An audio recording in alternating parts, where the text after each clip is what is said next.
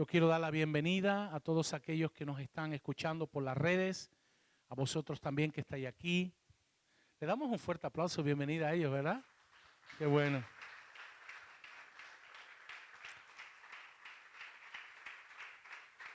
Dios me dio una palabra poderosa que se titula Las 3 R del discípulo maduro. Eso de las R's, últimamente Dios me habla mucho por cositas así.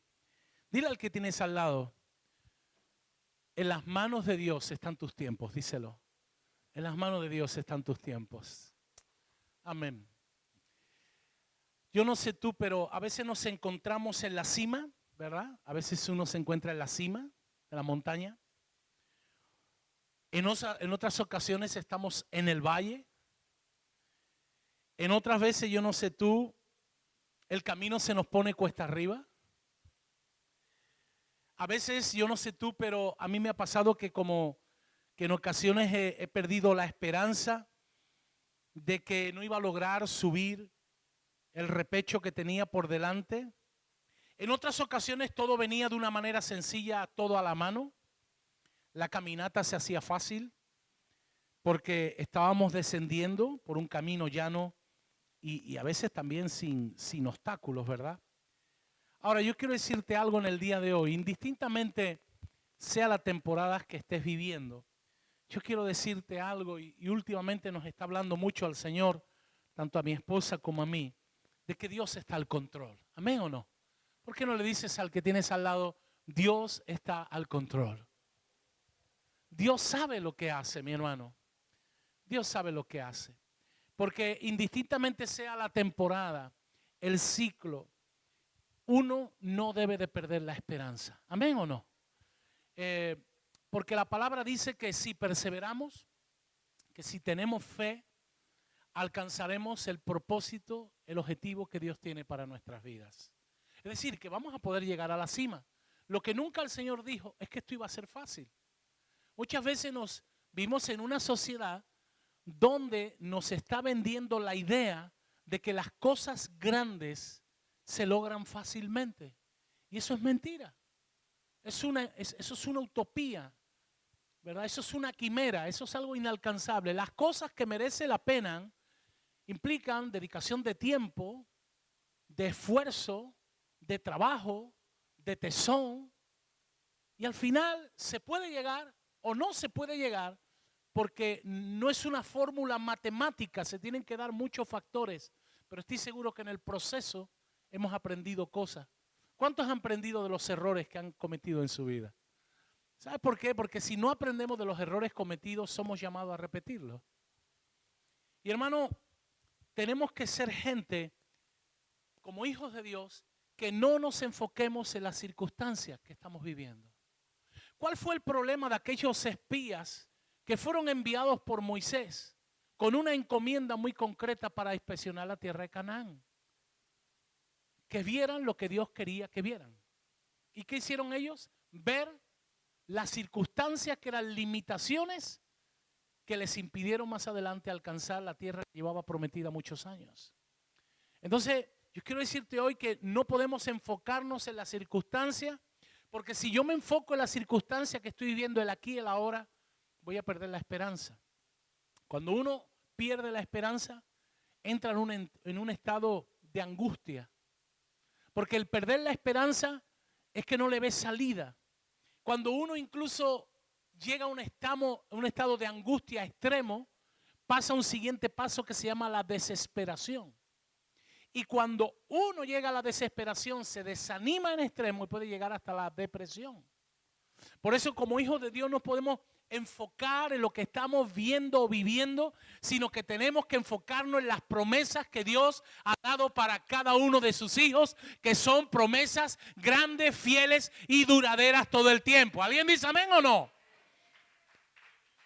Lo que yo estoy viviendo ahora no es mi final, porque mi final ya lo ha decretado el Señor en su palabra para mi vida. ¿Amén o no?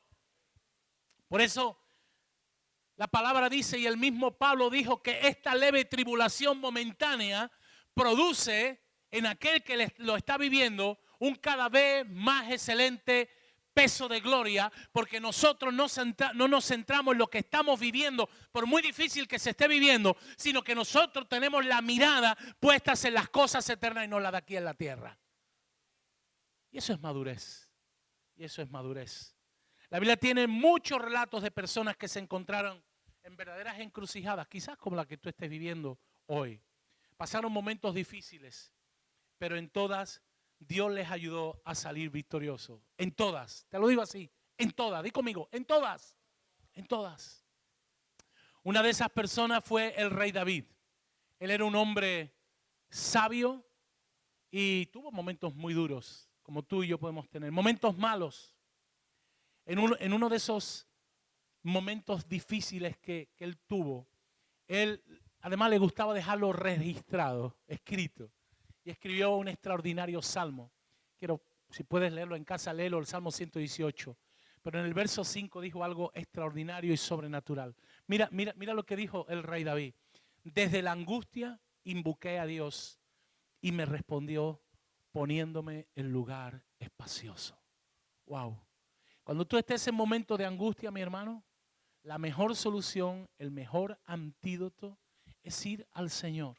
Número 1, porque Dios te escucha. Y número 2, porque Dios te va a responder. Y Dios va en el proceso a sacarte de esa situación y te va a poner en un lugar espacioso. ¿Has estado alguna vez en un lugar estrecho? ¿Te has sentido oprimido?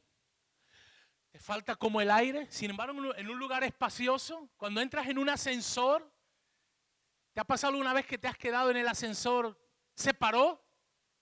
¿Qué te empieza a entrar? Angustia. ¿Por qué? Porque estás en un lugar estrecho. Pero ¿verdad que en un lugar amplio no te entra angustia? La angustia es porque se pasa un momento difícil, un momento malo. Y hoy invocamos al Señor, Él dice que nos va a llevar a un lugar espacioso. ¿Alguien dice amén? Esto nos muestra que toda persona tiene tiempos de estrechez, tiempos de dificultad, en diferentes áreas y en diferentes etapas de la vida. Y Dios las permite porque quiere trabajar en nosotros. No obstante, si seguimos el ejemplo del rey David, de este hombre sabio, la situación cambiará, nuestra fe crecerá y saldremos fortalecidos hasta alcanzar la victoria. Y yo siento muy fuerte que el Espíritu Santo hoy nos hace una pregunta muy personal a cada uno de los que estamos aquí, una pregunta directa a nuestro corazón. Yo diría al corazón de tu fe, al corazón de tu fe. ¿Quién desea pasar de un tiempo de estrechez, de conflicto o desánimo a un tiempo de amplitud en Dios? ¿Tú quieres? ¿Por qué te digo estrechez, conflicto, desánimo? Porque las situaciones pueden ser variopintas. Puedes estar pasando una estrechez económica, puedes estar desanimado por la salud, puedes estar viviendo un conflicto en las relaciones, pero yo quiero que tú verdaderamente pienses en eso. ¿Por qué? Porque la Biblia dice que así como sea tu fe, así se hará. Es importante. Si crees, la Biblia dice, si crees que es posible con la ayuda de Dios, será posible. Pero si tú no crees que va a ser posible, no va a ser posible. Porque la palabra de Dios dice que la fe puede mover montañas. Otra persona que tenía una tremenda fortaleza y fe bien anclada en Dios era el apóstol Pablo.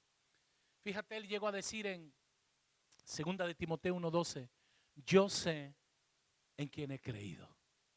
Hermano, en el momento malo, ahí es donde verdaderamente se ve del talante y de la materia que uno está hecho. Es saber, tener la certeza, tener la certidumbre de en quién tiene depositada su confianza. Cuando todo va bien es fantástico. ¿Cuándo se prueba el verdadero amor en un matrimonio? Cuando todo es luna de miel, narices. Cuando tú piensas que tu mujer es una bruja. Digo piensa, no que lo dices. Y cuando tú piensas que más que un príncipe azul, era un príncipe negro con el que te casaste. No piensa, no lo dice.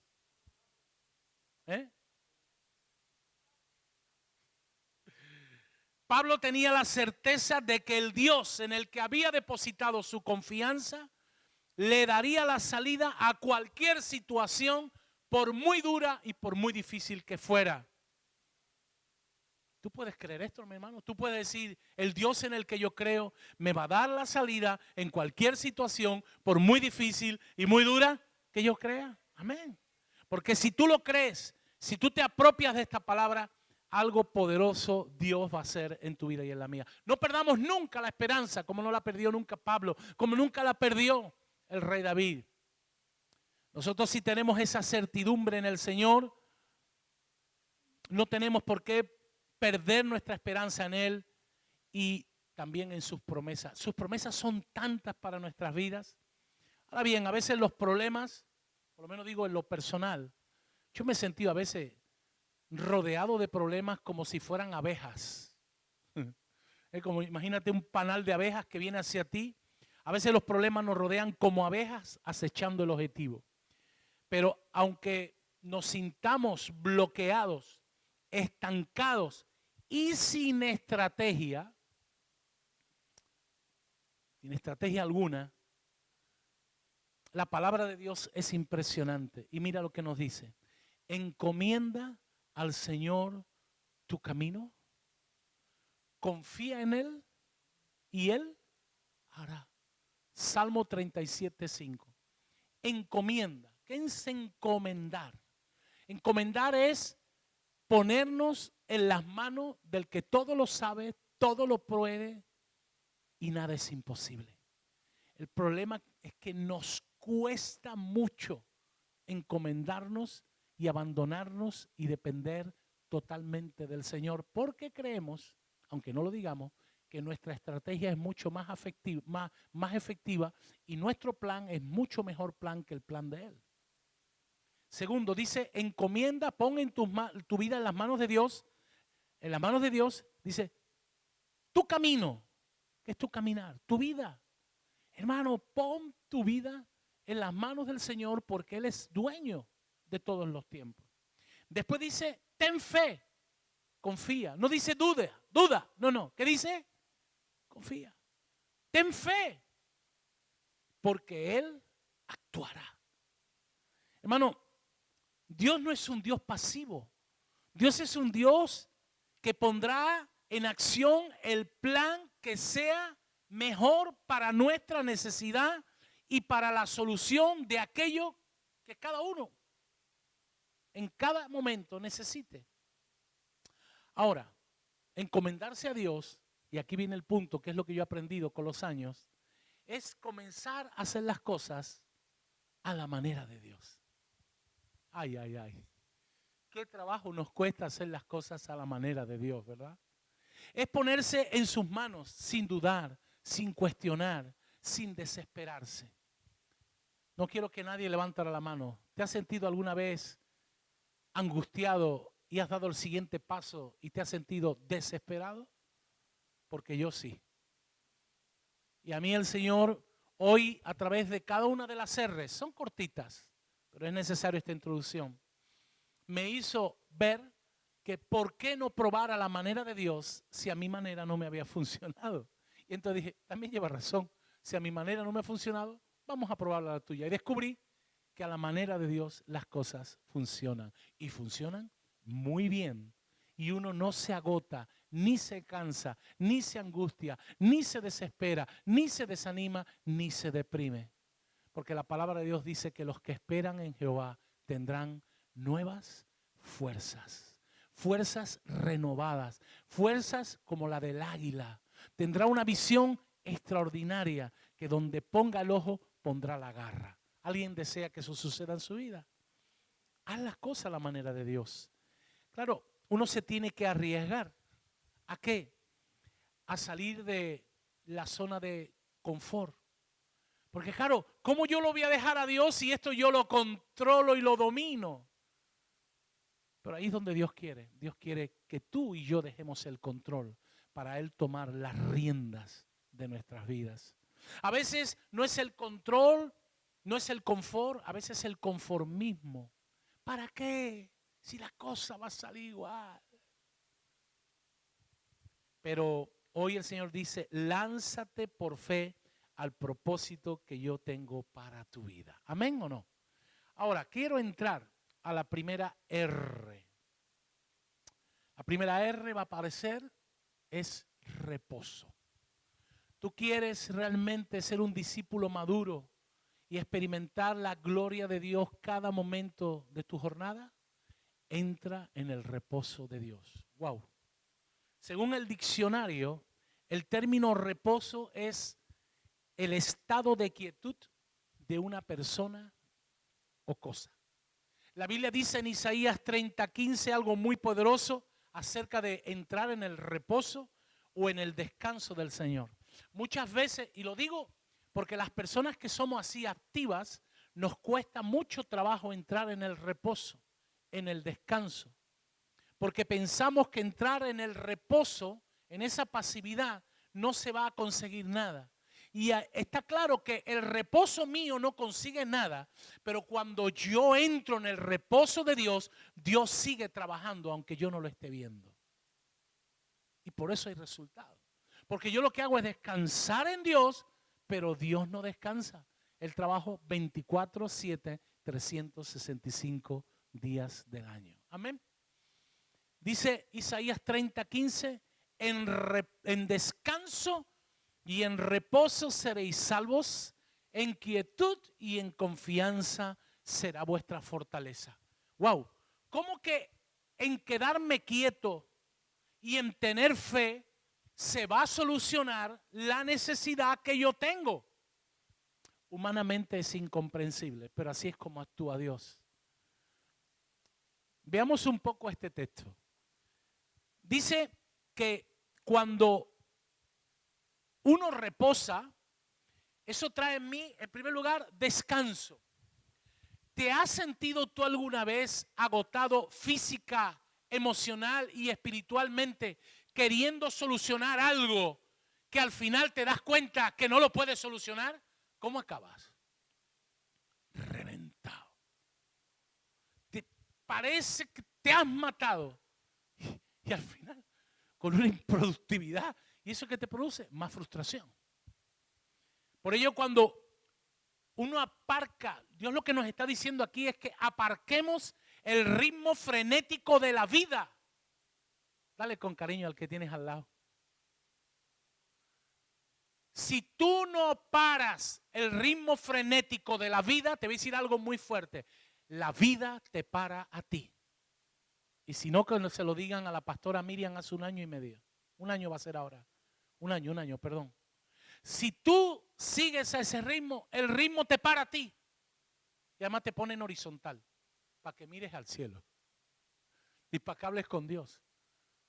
A mí hubo un momento, estando en camino de Campanales, algunos recordarán, que mi disco duro hizo crack. ¿Recuerdas, Carlos? Me hablaban y yo parecía un zombie.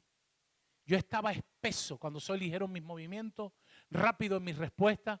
Me hablaban y yo parecía que iba a 40 revoluciones. Y decían a mi esposa, a la pastora, el pastor está raro. Y decía mi esposa, no, raro no, rarísimo.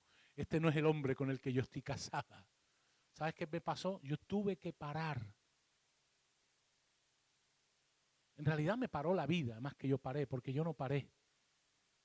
Me paró el Señor, porque yo no tuve la sensibilidad de pararme.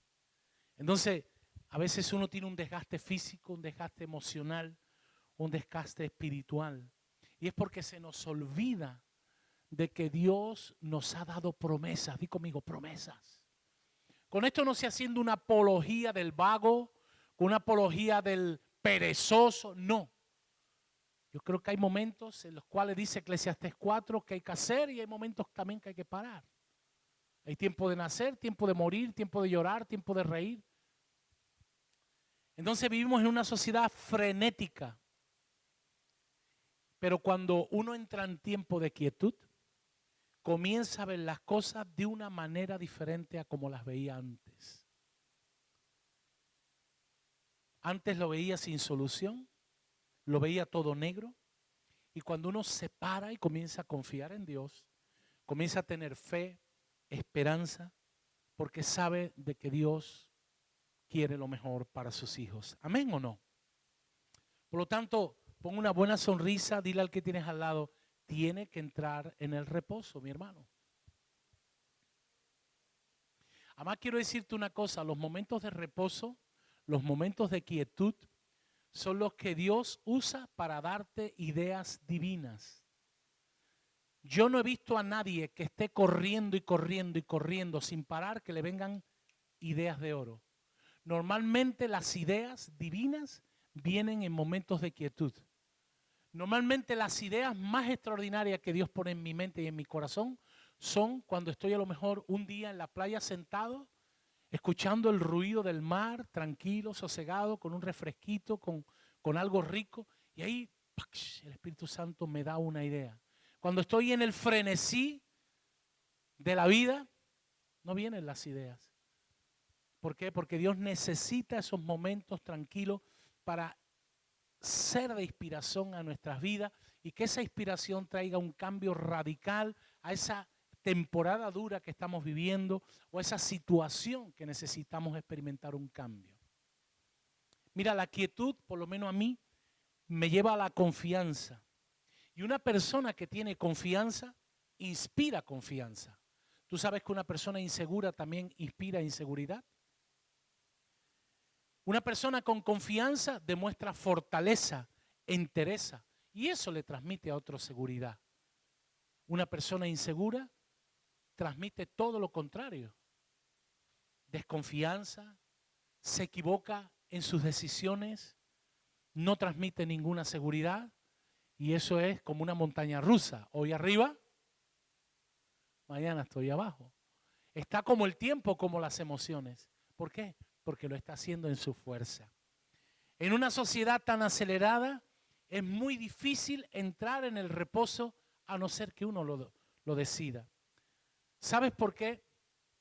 Porque se nos quiere hacer ver que los más activos son los más efectivos.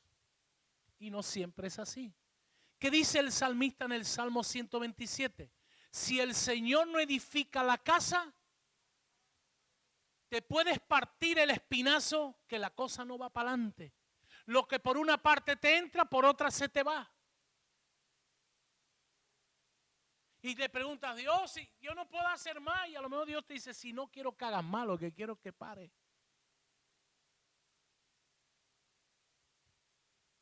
Ay, fue una semana extraordinaria, sí, pero se me fue todo porque se me rompió el coche, la secadora, al niño un diente, y creo ahora, esas son las pequeñas zorras que nos roban las bendiciones. Por eso yo quiero en el día de hoy que entiendas que ser más activo no nos hace más efectivos. La Biblia dice que por más que te levante temprano, si Dios no hace que tu día sea próspero, tu día no es fructífero. Cuando yo entendí que por más trabajar uno no es más productivo, Dios no quiere que tú trabajes más, sino que seas inteligente en el uso de tu tiempo. ¿Por qué? Porque si tú no usas tu tiempo y tú no le dedicas tiempo a tu esposa y a tus hijos, otro va a venir y le va a dedicar tiempo a tu esposa. Y después no venga lamentándote, diciendo, uy, es que mi mujer... No, si tú no le dedicas tiempo a lo que tienes que querer, al final uno pierde lo que dice que quería. Dile al que tienes al lado con cariño, ¿lo pillas? ¿Lo pillas? Ay, es que yo tengo que trabajar. Nadie te está diciendo que no trabajes. Lo que yo te estoy diciendo es que le pidas a Dios sabiduría de cómo tienes que trabajar. Si alguien cree que estoy equivocado, que me lo diga.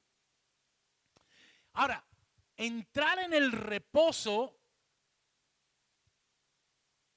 alguno puede estar pensando, pastor, entonces no hacer nada. Acertaste. Pero ¿cómo no voy a hacer nada? Si yo no hago nada, no pasa nada. Exacto. Si tú no haces nada, no pasa nada. Pero cuando tú confías y te alineas y te calibras en Dios, aunque tú no hagas nada, Dios sigue trabajando. ¿Qué tengo que hacer yo? Esperar y confiar. Esperar a que Él obre de manera poderosa. Y aunque nos pueda parecer raro a veces, Dios obra de las maneras más extrañas que le puede parecer al ser humano. Mira lo que dice Dios. Isaías 55. Mis pensamientos no son vuestros pensamientos. Entonces, Señor, lo que yo pensé no me vale. ¿Por qué? Porque yo pienso de otra manera. Y mis caminos son totalmente diferentes a los tuyos. Entonces, Señor, ¿cómo está la cosa? Y el Señor dice, lo que quiero es que entre en mi reposo, en quietud, en confianza. Lo que Él piensa y como Él actúa es mucho más alto y mucho más grande de lo que cualquier ser humano puede pensar o puede imaginar. No me preguntes la fórmula porque no la sé, ni soy Dios ni lo pretendo. Lo que sí he descubierto es que a veces Dios hace cosas de la nada. Y eso es lo que lo hace Dios. Por eso dice el Salmo 91 que el que habita al abrigo ¿de quién? Del Todopoderoso. Del Todopoderoso. Hermano, no estamos hablando de que nuestro Dios es un chusquero, que nuestro Dios no es un chacalaca, que nuestro Dios es un charlatán de feria. Nuestro Dios es un Dios que ha empeñado su palabra y no solo la ha empeñado, sino que la ha dejado escrita y ha dicho que su palabra es verdad para aquellos que la creen, la viven, la declaran y la ponen por obra. ¿Amén o no? Pero yo tengo que entrar al reposo. Dios me pone una puerta, pero no me pega una patada para que entre en la puerta. Dice, he aquí, yo te abro una puerta, dice el libro de Apocalipsis, ¿cierto o no? Pero ¿quién tiene que entrar por la puerta? Yo. Él no me va a pegar un empujón, porque Dios no fuerza a nadie. Dios no quiere que tu voluntad sea torcida o manipulada. Por eso hoy Dios te dice, primera R, entra en el reposo. Segunda R, vamos rápido. Roca. Hubo dos hombres en la Biblia, en Mateo 24, que construyeron una casa. Uno la construyó ¿dónde? En la arenita. Cuando vinieron los problemas, ¿qué le pasó a la casa? Otro la construyó ¿dónde? En la roca. Le vinieron problemas, pero ¿qué le pasó a la casa? Nada. Estaba bien cimentada. ¿Por qué al entrar en el reposo uno se siente seguro? Porque uno está cimentada sobre la roca. Yo he pasado algunas etapas difíciles de mi vida, incluso al día de hoy algunas que no comprendo por qué me han pasado. Y un día le dije al Señor, Señor, yo no sé qué querías tú con esto, pero sigo al día de hoy sin entenderlo. El Señor tiene un humor tan bueno a veces y me dijo, tranquilo, tranquilo, ya algún día te lo diré. O sea que me queda todavía así. Pero no te olvides de todo lo que te pase, que yo te dije que nunca te iba a dejar. Si tu vida tenía el cimiento que verdaderamente tiene que tener. La roca es Jesús en el Nuevo Testamento. Si tú entras en el reposo y tú estás sobre Jesús, quiero decirte que tu vida está a prueba de bomba. Pero no te estoy diciendo que no te explote una bomba aquí. Te estoy diciendo que aunque te explote, tu casa va a seguir cimentada sobre la roca. Dios nunca dijo que no íbamos a tener problemas y íbamos a estar en una burbuja protegidos. No, no. Jesús es la roca. Y esto me enseña que si el Señor no está con nosotros y en nosotros, no ganaremos ninguna batalla. Pero si Él está conmigo y en mí, ¿qué va a pasar? Que voy a ganar todas las batallas. Todas las batallas las voy a ganar. ¿Alguien dice amén o no? Si tú pones todo el empeño, pero Dios no te está respaldando, fracaso seguro. Pero si tú haces lo que Él lo hará. Lo dijimos antes, si Él no edifica la casa, no vale para nada. Mira, el pueblo de Israel, ahora voy a decir algunas cosas muy interesantes que posiblemente nunca las escuchaste, pero Dios me las mostró, Dios me las reveló. porque esto lo hace Dios, no yo. Dice la Biblia que el pueblo de Israel durante el desierto le reclamó a Dios comida, ¿cierto o no? Y Dios le prometió comida durante ¿cuántos días? ¿Cuántos? 6, porque el día siguiente tenían que reposar y cogían ración doble. Pero si cualquier día cogía ración doble, ¿qué le pasaba al maná? Se echaba a perder.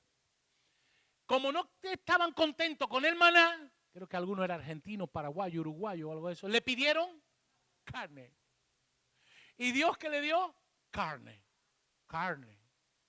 El paraguayo diría carne. Es carne. Lo que pasa es que ya después quisieron variedad de menú, porque les salían las codornices. Y dicen, ¿queréis carne? Pues toma, codornices hasta por las orejas. Le mando codornices.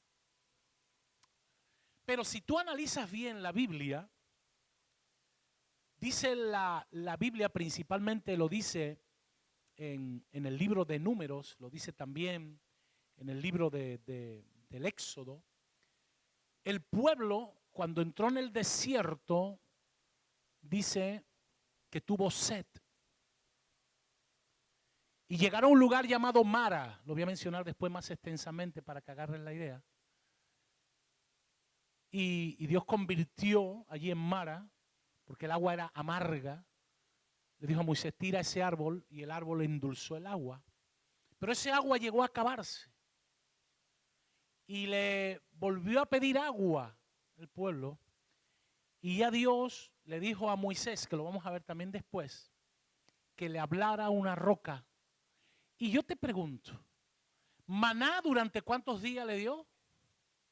¿Y el agua de la roca cuántos días daba agua? Siempre. Los 7. ¿Sabes por qué? Y aquí viene la enseñanza. Si tu vida y mi vida están depositadas sobre Jesús, Jesús va a estar siempre contigo, como el agua de la roca. Dios quiere ser tu recurso y mi recurso todos los días, en todas las temporadas. ¿El pueblo podía quedarse sin comer? Sí, porque se ha descubierto científicamente que podemos estar bastantes días sin comer. Pero el pueblo no puede quedarse sin beber, porque el ser humano se deshidrata si no bebe. ¿Qué le dijo el Señor a la mujer samaritana? Voy enlazando la línea de pensamiento. En Juan capítulo 4. Que Él era el agua de vida. Él era la roca que Moisés debería haberle hablado. Después vamos a ver qué significa eso. Pero no le habló, porque Moisés estaba del pueblo hasta la coronilla. La golpeó, lo vamos a ver. Y a veces nosotros, sin darnos cuenta, caemos en el mismo error que Moisés. Jesús le dijo a la samaritana que si ella bebía de ese agua que era Él, nunca tendría sed, pero si bebía del agua del pozo de Sicar o de Jacob, volvería a tener sed y tendría que volver. Entonces, hermano, aquí hay una enseñanza tremenda. Es que cuando tú y yo reposamos en el Señor, estamos cimentados sobre la roca y el agua de Cristo cada día va a saciar nuestra sed, porque Él es el agua de la bendición. No lo olvidemos. Por eso tenemos que estar fundamentados en la roca. En la roca tú tienes identidad. La identidad te da seguridad en el día malo. Sabes que aunque no lo ves, Dios está ahí como el sol que brilla por encima de las nubes. Tú sientes que aunque estás pasando una temporada un poco apretada, no dejas de ser hijo. Porque a veces los hijos necesitamos la disciplina para darnos cuenta de que tenemos un padre. No somos huérfanos que vamos por la vida de independientes sin rendirle la cuenta a nadie. Hermano, ¿por qué Dios nos pone en familia? Para que aprendamos a rendir cuentas. No olvidemos que la persona sola, el que camina solo es en las películas de vaquero, el llanero solitario. Incluso algunos se juntaron, el bueno, el feo y el malo, con el amigo Clint Eastwood, ¿verdad? Pero la Biblia dice en Eclesiastés 4 que el solo lo tiene más complicado. Dice que 2 son mejor que 1. ¿Por qué? Número 1, tienen mejor paga. Mi pregunta es, ¿quién quiere tener mejor paga? reposa en el Señor. Lo habéis dicho con poca fe. Reposa en el Señor y ciméntate en la roca. Porque con la bendición de Dios hasta tu paga se multiplica. Dice que la bendición de Dios enriquece y no empobrece. Cuando en una etapa de mi vida las cosas de los números no me salían, yo comencé a preguntarle a Dios, Señor, ¿será que hay algo que no está haciendo bien? Porque tu palabra dice que tu bendición enriquece y yo voy para atrás como los cangrejos. Y Dios me mostró que estaba haciendo cosas que no eran correctas. ¿Qué hice? Reconocerlo, confesarlo, arrepentirme, declarar que nunca más volvería un paso atrás. Y Dios comenzó a darme victoria en ese área. Hermano, es muy importante si queremos tener una mejor paga. Número 2, dos mejor que uno, porque uno se cae y si no tiene nadie que le ayude, ¿dónde se queda? En el suelo. Pero si uno va acompañado con otro, ¿qué hace el otro? Si tú estás pegado a la roca, dice la palabra que tantas veces te caiga, Dios te va a levantar. Dios te va a levantar. ¿Alguien dice amén o no? Y número 3, dos mejor que uno, porque cuando duerman, el que está solo se va a morir de frío. Pero el que está durmiendo con el otro, ¿cómo duerme? Calentito. ¿A quién le gusta dormir calentito? Qué bueno. Dos mejor que uno. Pero hay del solo. Ay, alguno puede decir, ay, pastor, es que yo tengo una fortaleza. Sí, yo no dudo de tu fortaleza. Yo también creí que la tenía. Pero la palabra de Dios dice en Isaías 40:30 que hasta los jóvenes se fatigan, se cansan, flaquean y se caen. Pero los que esperan en Jehová tendrán nueva fuerza. También dice Pablo en Corintios, 1 Corintios 10:12, que el que crea estar firme, que tenga cuidado. Dile al que tienes al lado, cuidadín, cuidadín. Depende de la roca. Ahora te voy a explicar algo. En casa lee cuando puedas Éxodo 15. Éxodo 15, del 1 al 18. En ese relato te ubico, es el canto de María, Miriam, hermana de Moisés y Aarón. Y es un canto de Moisés de alabanza y adoración a Dios, sobre todo los versículos del 1 al 18. Es precioso, léelo en casa. Aquí vemos que Éxodo habla de alabanza. Cuando, y aquí viene el punto, cuando en Números, el Señor en Números 20 le dice a Moisés, háblale a la roca, no olvides, la roca en el Nuevo Testamento, ¿quién es? El agua de vida, ¿quién es?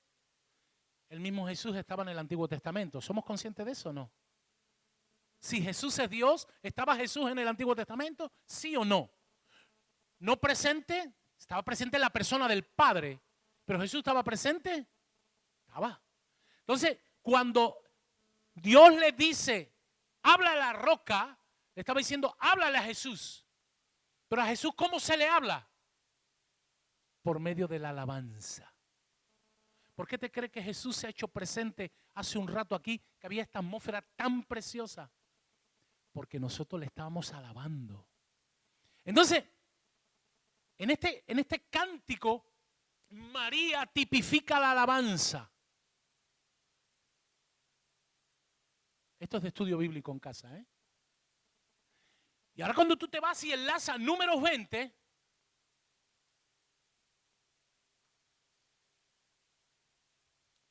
dicen,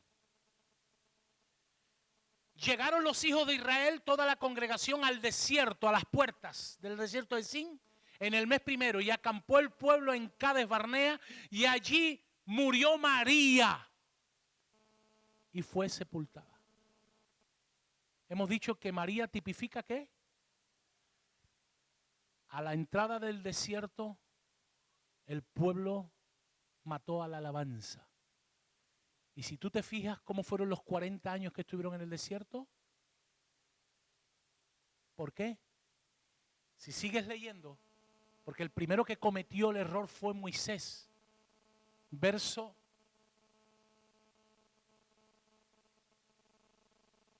8. Dice, segunda parte, háblale a la peña a vista de ellos. Alaba a la roca. Alaba a Jesús. Y comenzará a dar agua. Pero ¿qué hace Moisés? Porque estaba enojadísimo. ¿Qué hace? Golpea a la peña.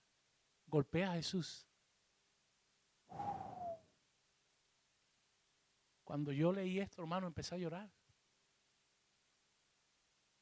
Porque yo ha habido momentos en mi vida que por la queja he golpeado a Jesús. Y ha habido momentos de mi vida que la alabanza se fue, como se fue María. Y ha salido queja, lamento, crítica, murmuración. Y yo estoy seguro que de ti también. Cuando tú te quejas, tú estás trayendo la ruina a tu vida. Y la roca, el agua, se va de ti. Porque nadie quiere que se le golpee. Y después le decimos a Dios, Dios, si yo diezmo y ofrendo y no sale la cosa. Porque no estamos alabándole. Dice la canción, en todo momento alabo al Señor. Cuando hay lluvia, cuando hace frío, cuando hace calor. ¿Qué está diciendo eso? Indistintamente sea la circunstancia, yo decido alabar al Señor. ¿Por qué? Porque yo no tengo que tener mi estado de ánimo dependiendo de las circunstancias que vea, sino de las promesas de Dios para mi vida, porque mi vida está cimentada sobre la roca y esa roca da agua de vida, que es Jesús. Yo tengo que tener un espíritu de alabanza. Hermano, si tú has caído en la queja, en el lamento, hoy el Señor te dice, háblale a la roca. Entra a mi presencia, entra a mi reposo, déjate sumergir por las aguas y van a venir buenos tiempos a tu vida. Y lo poco que hagas, Dios te lo va a multiplicar. Mira, cuando yo estuve trabajando en la compañía, hubo una etapa que caí en esa actitud de queja, de lamento y muy fea. Y un día Dios usó a mi esposa y me pegó una exhortación que me dejó sentado en la silla. Me dijo, tú eres el cabeza de familia. Si tú declaras eso, estás declarando la ruina. Tú tienes que comenzar a cambiar tu manera de pensar y cambiará tu manera de hablar. A raíz de ahí yo tomé conciencia, le pedí perdón a Dios.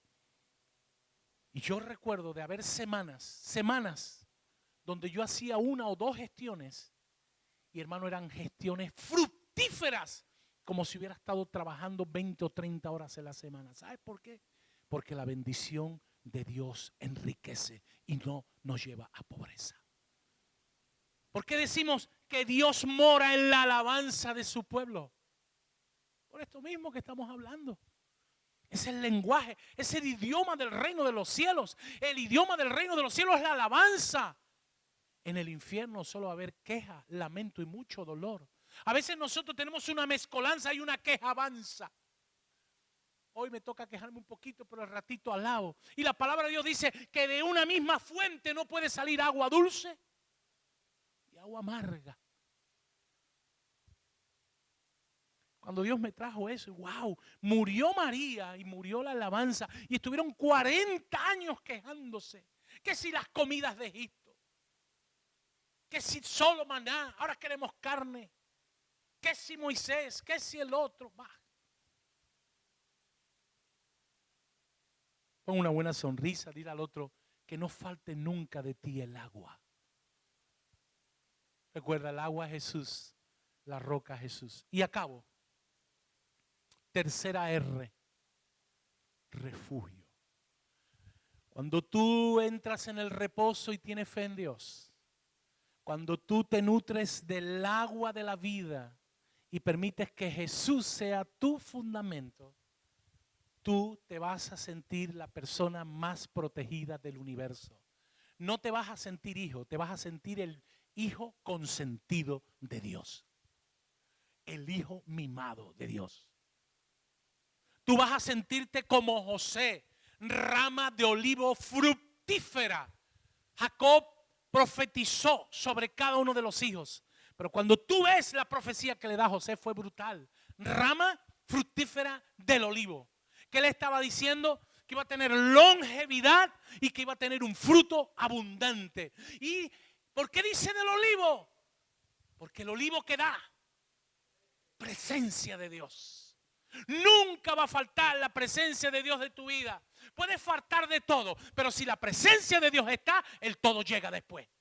Pero si la presencia de Dios no está, nunca llega nada.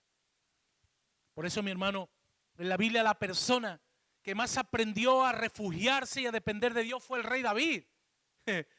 Para él el Señor era su refugio, era su confianza, su fortaleza, su castillo, su pronto auxilio en la tribulación. Él no tenía a Dios como una segunda o última opción. Él lo tenía como la primera y la única opción. Por eso, cuando uno va al Nuevo Testamento, dice Hebreos 4:16, acerquémonos pues confiadamente al trono de la gracia para alcanzar misericordia y hallar gracia para el oportuno socorro. ¿Cuándo pide uno socorro? Cuando está en dificultad. Hermano, si tú estás hoy viviendo una situación de la índole que sea, hoy el Señor dice, te regalo estas 3 R. Te las regalo. Medita en ella. David escribió en el Salmo 91 lo que hemos leído. Protección divina, seguridad, salvación. En un momento difícil donde a David lo quisieron apedrear, ese relato se encuentra en 1 Samuel 30, dice que los amalecitas, mientras los hombres estaban fuera en otra campaña, llegaron y se llevaron a los niños y a las mujeres, y cuando vuelven a la ciudad de Siclat, no había nadie. Y los hombres le entró un enojo que querían apedrear a David. David no se defendió, David no se quejó, David no se excusó. La palabra de Dios dice que él se escondió, él se fortaleció en Jehová su Dios. Hermano, ¿en quién nos escondemos nosotros? ¿En quién nos fortalecemos nosotros en el día malo?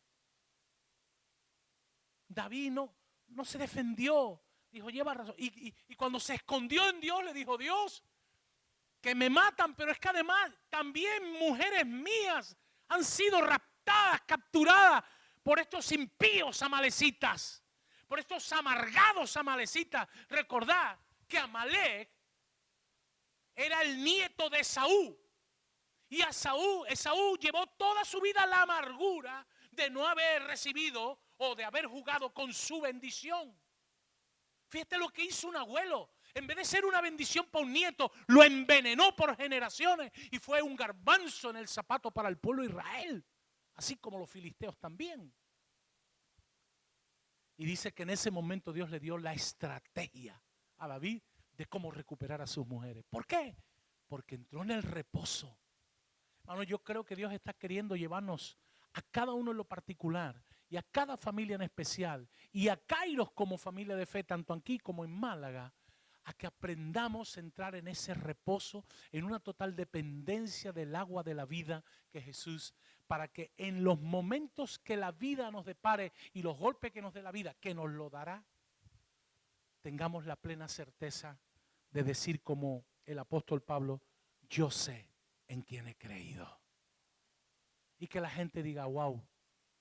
Porque la gente no nos tiene que ver como Superman, ni como Maravilla, que es la esposa de Superman, ni tiene que vernos como Spider-Man, ni como el hombre negro. No. Nosotros somos gente común con un Dios extraordinario. Ese es nuestro Dios. Que lleguemos algún día que alguien nos diga, ojalá, yo lo digo, ojalá. Como dijo aquel Nabucodonosor, el que no adore al Dios de Daniel. Wow, qué fuerte, ¿no? Aquel hombre que fue el más poderoso de aquel tiempo, pero su estatua se vino abajo y él tuvo que reconocer que el Dios de Daniel era el Dios de dioses. ¿Por qué? Porque Daniel marcó la diferencia. Daniel era un hombre que entró en el reposo. Y no solo Daniel, sino sus amigos. Si Dios nos quiere salvar del horno de fuego, que nos salve. Y si no, no pasa nada. Ellos estaban cimentados en la roca, aunque no tenían la revelación que tenemos hoy nosotros. Pero ellos encontraron siempre el recurso. Qué gran lección, qué gran lección. Acabo, hermanos, amigos. En ocasiones queremos tener victoria en las batallas a nuestra manera. Yo he aprendido que a mi manera la cosa no funciona. ¿Sabes cómo funciona? Zacarías 5:6. No es con ejército ni con fuerza, sino con mi espíritu, ha dicho el Señor. El espíritu es vida. La fuerza se nos puede agotar. Las estrategias se nos pueden truncar. El ejército puede salir corriendo por temor, como le pasó a Gedeón. Pero qué milagro Dios hizo con Gedeón, ¿eh? Un ejército de 33,000 lo arrasó con 300 valientes. ¿Sabes por qué? Porque Dios no suma ni resta. Dios multiplica y muy bien que lo hace.